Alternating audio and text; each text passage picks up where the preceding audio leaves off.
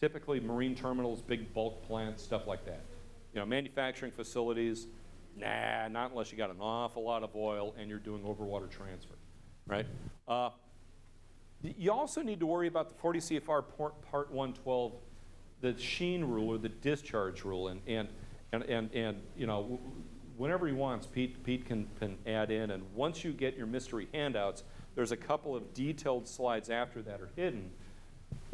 But this, and we're going to hit this as an example later on, but we kind of got into it, not an argument, but it's a pretty strong difference of opinion as to, here's an example. You have an industrial, and this probably happens at a lot of your facilities, right? You have an industrial facility, right? You own and operate your facility, and you're happy about it. You have an SPCC plan, right? But there's also some utility-owned oil-filled transformers on your property, whether they're PG&E, Southern California Edison, whatever. And they're on your property. They own it, they operate it. There's a fence around it with a picture of a guy with a lightning bolt through his head so you don't climb over the fence and screw around with it, right? You don't touch it, you don't do anything with it. Do you have to include those in your SPCC plan? No, you're not the owner or the operator. You have no operational responsibility with that. That's fine. Do you identify them in your plan? Say, oh yeah, by the way, we have these here. It's a nice thing to do for clarity, but you're not required to. That's fine. But what happens if that thing leaks? And when I say leak, how does a transformer fit? Where's my guy? Are you hiding? Where's Steve? Anyway, what's the technical term for how a transformer fails? Spectacularly. All right? Typically, it's not a little weep, right? It's like, hey, our transformer failed. How do you know? The photos are on YouTube, right? Oil goes all over, right? But, all right, let's just say it's leaking, right? A piece of oil-filled equipment. It's leaking out, and it's not yours, it's somebody else's, right? Are you responsible for that leaking equipment? No, you don't own it, you don't operate it. That oil falls off of the equipment, hits the area within the fence line of their equipment. Are you responsible for it? No, it oozes through the fence because chain link fences only hold back big polymers. It leaks through the fence, right? And now it's leaking on the ground of your facility. Are you responsible for it? I don't know, yeah, maybe not. Are you going to make a phone call to the utility saying, hey, yeah, all right? Now it's getting close to the storm drain, or now it's getting close to the shoreline because you have a facility, how fast are you going to dial now? Yeah, because what happens if that oil runs off your property into a navigable water? What has just happened, Pete? Your facility has just discharged oil in an amount that could cause a sheen, right? It's from your facility. It doesn't say from your equipment. It was from your facility. Now, my big argument with my buddy Pete Hendricks is that, look, you're still not responsible for it, no matter what EPA says in terms of their policy, right? And yeah, you can go to court, and they'll fight them in court. All right, let me ask you a question from a facility standpoint. How much would you rather spend? $30 or $100 to have somebody add a paragraph into your SPCC plan? $50 for a laminated sign with the phone number of the utility on the equipment? Maybe $500 for a pretty decent oil spill kit that your facility can deploy to protect that navigable water. For less than $1,000, you could save yourself $250,000 in lawyer fees. Just to have some judge say, yeah, you're right, you're not responsible. I won. Write a check to the lawyer for $250,000. Prevention is always cheaper, right? Keep in mind the goal of the SPCC plan, to prevent discharges of oil in harmful quantities to navigable waters, all right? If you could easily help prevent that, who wants to argue whose it is? Deal with that later, right? For our facilities, for the plans that we do, we always put in stuff like that. If I have any clients here for older plans that we wrote, just let me know, I'll fix it, I'll update it, right? But you want to think about that. Anyway. Okay, so let's talk about the plan, right? Remember, if you plan, if you fail to plan, you plan to fail. That's, so just, I don't think it matters if he's landing or taking off. All right, let's talk about the plan itself. What is the SPCC plan? What is it? Yeah, I know it's a piece of paper. And from a consultant standpoint, it's a lot of pieces of paper because, you know, what is it? Thank you, Captain Obvious. It's a plan to do what? What's the goal of an SPCC plan, of the SPCC program and the plan? To prevent discharges of oil into navigable waterways, to prevent a release of oil, to control releases of oil, countermeasures in case the first two didn't work out so well for you, right? It is a written plan that describes how you are going to be in compliance with all the relevant 40 CFR 112.1 through point whatever rules, right? It describes what you are supposed to do, how you are supposed to do it.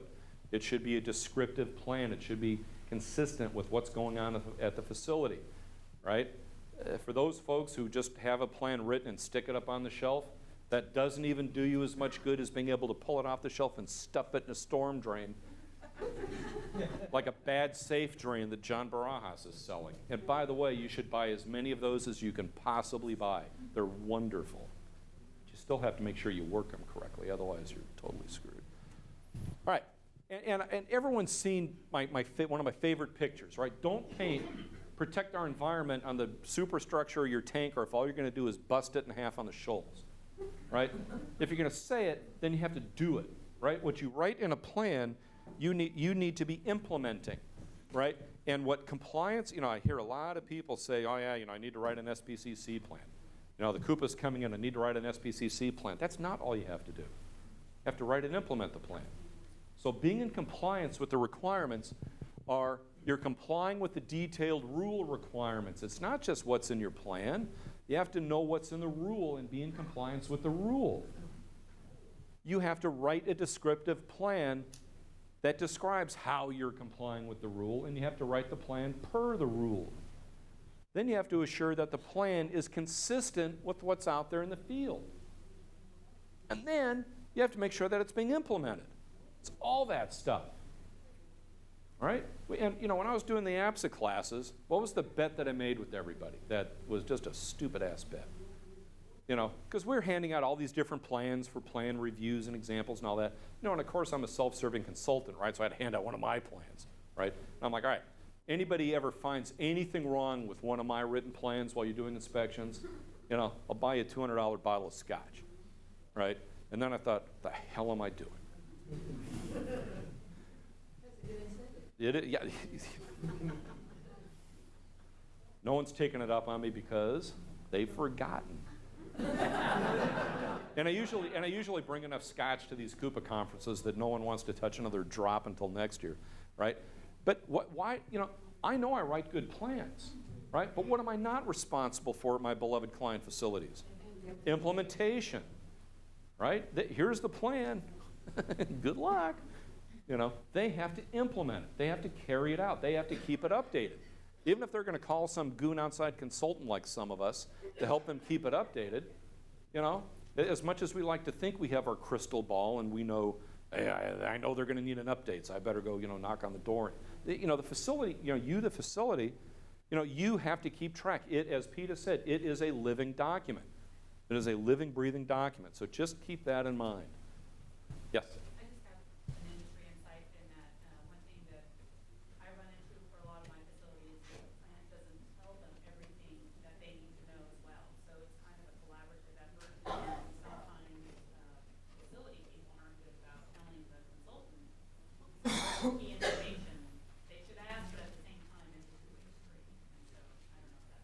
Yep. Facilities should treat consultants like their priest confessor. Tell us everything, and then we'll say, I didn't need to hear that. You know, but that's exactly true. You know, all we, as whoever the plan writer is, all we know is what we're told. You know, so the more insight your consultant has as to your industry, your facility, your company, the more time they spend on site, the more they do a pretty decent look at. They can't just be familiar with, I'm an SPCC plan, you know, and be a good engineer. They need to have process knowledge, need to know just what happens in maintenance shops.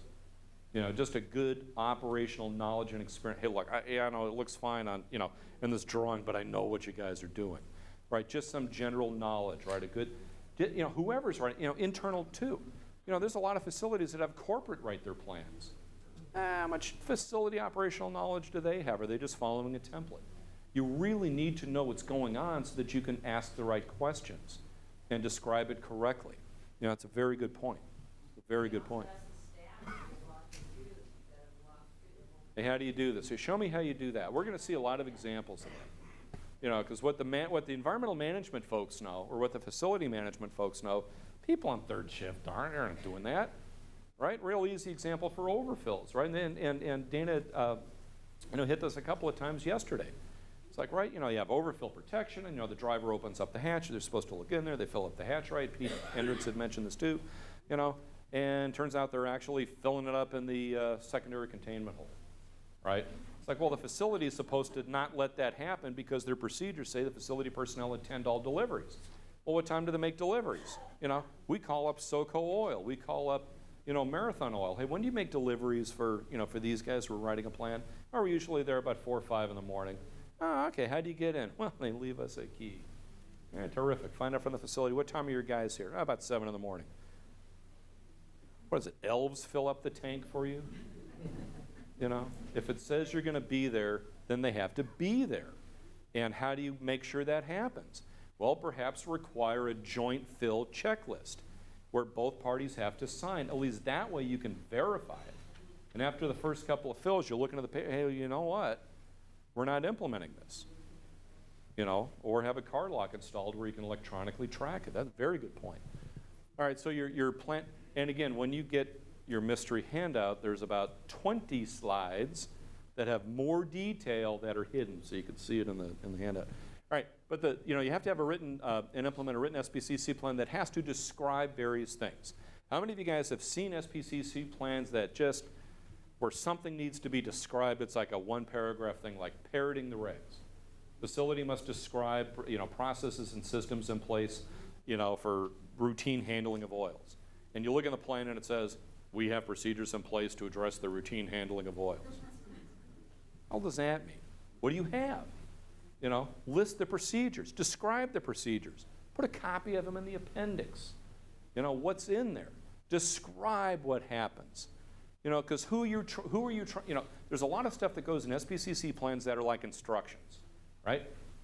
Here's how you do things. Is the SPCC plan the only place you ought to have those? Oh, God, no. Because who's reading the SPCC plan? I don't know, it's not the operators, right? So you want to convey those in whatever operating instructions, SOPs. I like plasticking them up, and posting them at the point of operation. Laminate them up, glue them up to the tank, right? Because no one's going to read the SPCC plan. It's a good reference document. It's a good planning document, right? But what else? There's a lot of stuff. It's not template stuff. It's not boilerplate stuff, but it's a lot of stuff just describing how you're complying with the regulatory requirement, right? So describe it, because you're describing it to an outside inspector who may not be familiar with your facility. You want somebody to be able to read through that SPCC plan who has never been to your facility before and have a pretty good understanding of what the heck it is that you're doing to keep oil in the tank. And then they can go out and verify it. Don't make it confusing. All right? So completely describe your compliance measures. Again, a fabulous tool. EPA's Appendix G Revised Inspector Checklist, right? Take your plan, take this checklist, item by item by item. Do I do this? Where do I do it? Where is it in the plan? How does it describe it? It's a great tool to use to double check. Matter of fact, since the new one came out, all the all the SPCC plans that we're working on right now, I'll just include this as a compliance check. Okay, here's your plan. Look, this means at least we have the stuff in here, right? For all of you hiring outside folks or corporates writing your plan, or you're writing your plan internally, hey, fill this thing out at the same, once you're done, just to make sure that, yeah, I've hit it all. I didn't leave anything out. Why wait for some inspector to use one of these on you? Use it on your, I'll pass it around. Yes, sir. Are you indicating to your clients that the operators don't read the SPCC plan? That is not what I'm applying. I'm using an example for class that's theoretical in nature and has no basis, and that has no basis in reality at any facilities that are under contract with ESCI EnviroServices, Inc., purveyors of the finest and plausible deniability services. 25 years, no client prosecution, no client convictions. Yeah, we're going to talk about training a little bit later. I misspoke, right? But from a practical standpoint, the facility people need to know about the SPCC plan. They need to know what it is. They need to know and be trained in their procedures and their operations. But they ain't going to read through the plan. You know, they may not say, oh, I need to do this operation, pull out the plan and look through it. You want to make sure that it's implementable, right? The more that it can be implemented, the better. Good catch, Pete. I'm here for you. Yeah. No, he's been light on the scotch. All right, so remember, you have to prepare and implement a plan. The plan has to be facility specific. That being said, there's a lot of templates that everybody uses. You know, I mean, look, you know, when I write SPCC plans, you know, it's, look, you know, I mean, no one's sitting down writing them right out of their head, making stuff up as they go along, well, making up all of it as you go along, right? We all have our templates that we use in our own way of putting stuff in, that's fine, but it needs to be facility specific. It needs to describe what you do at your facility. That's what it needs to do. All right, and you have to describe different things. But again, just because somebody's writing a site-specific SPCC plan doesn't mean it's a good one. All right, so very appropriate for the demotivational poster here. Remember, prevention, control, and countermeasures per the plan. Right, one of the helpful handy references, which I saw in your handout when I made them, which I think are still upstairs somewhere. Hey, you have them? You have them? Well, I found about 20, but they're not stapled, and I don't know. The 20 that are there stapled are I made 120 copies stapled. There's 2 boxes, all taped up, priority mail. They're upstairs in the speaker's room. Yeah. I know they're up. All right, now we have to, hang on, let me start. I very much appreciate it. Okay, have Patty do it. She has a hand. Have John White do it. He's retired. he has all kinds of time, and he put him in there. All right. In the handout, you'll find. And if people have a personal stapler, go ahead. It's 100 pages long. All right, I have Uncle Steve's summary rule requirements and plan components cheat sheet. If nothing else, this is just a quick summary of, look, this is the stuff that's in the rule. All right. It's just, this is one of the things that I developed for the inspector training, just to kind of summarize in 3 pages the relatively simple 20-page rule. All right, look, this is everything that's in the SPCC rule, sort of as a quick guide to find stuff. All right, you know, here's the basic requirement. And for facility folks, and one of the questions that we ask when we're doing plans is, look, you know, you're already doing a lot of this stuff, right? You should be inspecting your areas. Right? How many guys have emergency generators with diesel tanks, whether base tanks or side tanks? All right, how often does somebody inspect that thing, make sure it's working? Every day, every week, every month, however often. All right, over at the Fearmonger Armageddon shop every 5 hours. Right, some facilities every week or every month. What are they typically checking for? Will it start? You know, how much gas is in the tank? Will it start? What's the amps? You know, basically they check the fluids, you know, pull the plug, do whatever, right? What else would somebody have to do a proper inspection under the SPCC rule? Check the tank exterior, check the tank mounts, make sure the fuel gauge is working or any other level control. All right? Check the interstitial space, whatever monitor or gauge is in there, to see if the secondary containment is leaking. Look for evidence of spills or leaks. Look for accumulations of oil in the containment or on the outside of the tank. Kind of take a look at the fittings. Right? There's essentially your SPCC monthly inspection or weekly, whatever it is. Get the form that whoever is doing the generator inspections, whether it's you, your facility guys, you know, Cat Quinn Power Systems contractor, take their form, amend it. Now that's the form that they use. Keep the form for 3 years, right? But then that's the form that they have to use. Right? They're already doing generator inspections. Now they're doing generator inspections and SPCC inspections. You don't have to have somebody else do it. You do need to coordinate and train whoever it is that's going to be doing it. By the way, let me show you what you need to be looking at and the conditions that you need to inspect for. Write those down on the form.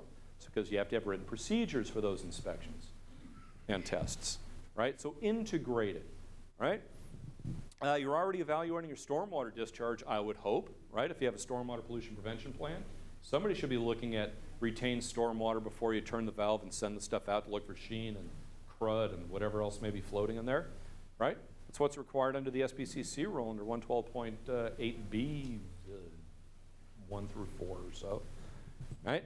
You should already have a business emergency plan, right, addressing spills and releases of hazardous materials, of which oils are included. That includes notification, doesn't it?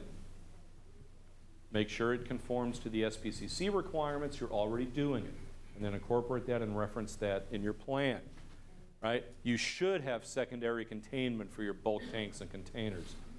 If you don't, yes, it's an SPCC issue. It's a huge risk and liability, right? So you should have good, beefy secondary containment. So, and you should be practicing overfill prevention. I mean, it's a fire code issue, it's a safety issue, you know, it's a standards conformance issue, right? So just see what people are doing and document that, verify it, check it to make sure that it's in conformance with the regs. We're going to see a bunch of picture examples later, I swear. So, and again, we already talked about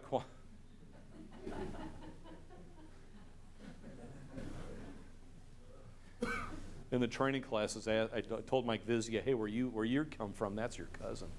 But you can edit that part out. You know, and again, just a real quick reminder, you know, for folks who are Tier 1 or Tier 2 qualified facilities, you have to count up all the oils, not just the petroleum. And if you weren't here in one of the other classes, remember EPA has their Tier 1 template, right, for Tier 1 qualified facilities. How do you fill that thing out? Check the box? Fill in a couple of descriptive items. What do you do with the plan? Oh, before you file it. Who has to sign it? The facility owner operator. Who has visited that facility? Not somebody from corporate in New York. New York City. Right? Well, wherever. They just need to have been at the facility to be familiar with it, right? Is there an EPA template for Tier 2 qualified facilities? There is not.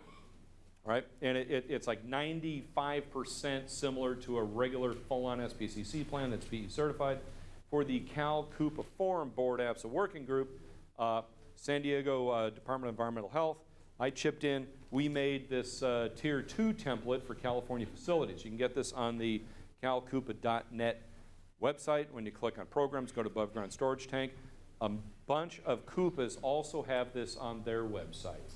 There's an old version floating around somewhere. If it doesn't look like this with the logo on top, you're not using the right one. Right? And yes? So Tier 2 is not recognized by EPA? No, Tier 2 is, but there's no Tier 2 template that EPA has. This is one we did for California facilities. All right? And EPA has reviewed it. They have not objected to it. There's no official endorsement or anything like that. Right, you're still responsible for making sure it's accurate and correct, properly completed, right? But you can fill this out, right? Once this has been filled out properly, completely, don't forget the blank, you know, the blank spaces here. This is not just a place to set your coffee cup where it's not going to mess up the check boxes. You actually have to write and describe stuff in there, right? What do you do with this when you're done? You share it, you implement it, right? You don't just file it. You don't just file it. You have to implement it. I'll get it later. All right. You have to actually implement the thing. What's one of the problems that some of the CUPA inspectors found, they talked about yesterday's inspection section, right, with Tier 1 facilities? What's in the plan is not what's being implemented, or I have a plan here somewhere. Oh, yeah, I filled this out and filed it, right? See, if Tiffany throws this back at me, I'm going to the hospital. I saw you play pool. All right, so remember, you have to implement it. You have to implement it. All right, Tier 1 template. Yeah. Tier 2 template. Yeah. Now, people have asked, hey, they have a facility that wants to do a full-on PE certified, non-qualified facility plan. Can they use this Tier 2 template? All right, I have adapted the template for a couple of small clients, particularly school districts that don't have a lot of cash, to be a regular full PE certified plan. I tweaked it, I put on an engineer certification page, changed some of the references, and I use that, and it's relatively inexpensive. To do that, still have to do the site visit, on and on and on. I put in different attachments. But yeah, it could be done. It does follow the sequence. It still has to meet all the requirements of a full-on plan. The facility needs to verify that. But yeah, I've done it. The PDF versions that are up on the various websites are all password protected. We are asked periodically for the password, and the answer is no. That's what it is. That's here. It's just communication issues. Thank you, Pete. All right, here's another helpful, handy handout that's in your handout, but it's in there black and white. Thank you, Bob. Appreciate it. You can get the full color version off the calcupa.net website. The same kind of what's in the plan, what's in the rule, but I've highlighted in blue and red a little description of typically we see these in plans, but they don't have to be. Or in red, this really does have to be described in a plan. It's a tool for you. It's to help you review SPCC plans. We did this to help out the inspectors we were training, right? It's just a tool, all right? Just a tool, and it says, like, for example, environmental equivalence, right? This is here's the citation, right? Conditionally allowed nonconformance, plan deviations to specific sections, right? This subsection may not be applicable at many facilities. If it's not, the plan may simply note that, so you may or may not find it in the plan. If it doesn't apply, you won't find it in there. If it does apply, you better. Thank you. All right, so that's that. I'm going to put this in the museum. All right, so that's that. All right, and again, and I know we've all been harping on this for the last couple of days. The SPCC rule is a performance-oriented rule, right? What you write down better be what you do. And what you write down better be what you can do, right? This is a loading rack. How do you know this is a loading rack, people? An articulated arm. Remember, you guys from APSA class, what's the position? Like a crane, right? An articulated arm, just like that. That's right. And the loading racks they have in Britain, it's like this. Oh, no. Like I said, I only have a little scotch left. All right. It's the permanent structure. Yeah. May have stairs, may have a roof, right? It has some piping, but the big deal is the articulated arm, right? Not a hose, an arm. So that's a loading rack, right? What are some of the what are some of the requirements for loading racks? Secondary containment for what? Size containment for the largest tanker or rail car that could load there, right? What else? Yeah, they have to be described, listed in the plan, right? Basically, departure warning or departure control systems, right? They have to prevent, drive-offs and, all that kind of stuff, right? Well, this loading rack may very well have sized containment meeting the rule, but it may be when this guy pulls in and parks in the proper spot. Perhaps they've painted, the tracking, for where that truck has to drive into the facility, right? Perhaps when that facility was designed, when they wrote the SPCC plan, they only thought they were getting dual trailers in there, maybe 4,000 gallon per cargo trailer, right? When the cargo trailer pulls in there, they don't have to pull so wide because it's a double articulated trailer. But now all of a sudden the different vendor comes in and these Wolf guys have a whole big 7,000 gallon single tanker. And they don't turn as well. So when they're turning, or maybe the marks on the ground have gotten worn off and they haven't maintained their facility properly, right? It's not as clear when they drive in there, right? And as it turns out, they kind of cut the corner. See this sharp corner right here? Like when you're, hitting the head at 4 in the morning and your knee or something runs into the corner of the sink. How do you think it feels when the side of the truck hits that corner? And you bop a hole in the side of the cargo tanker.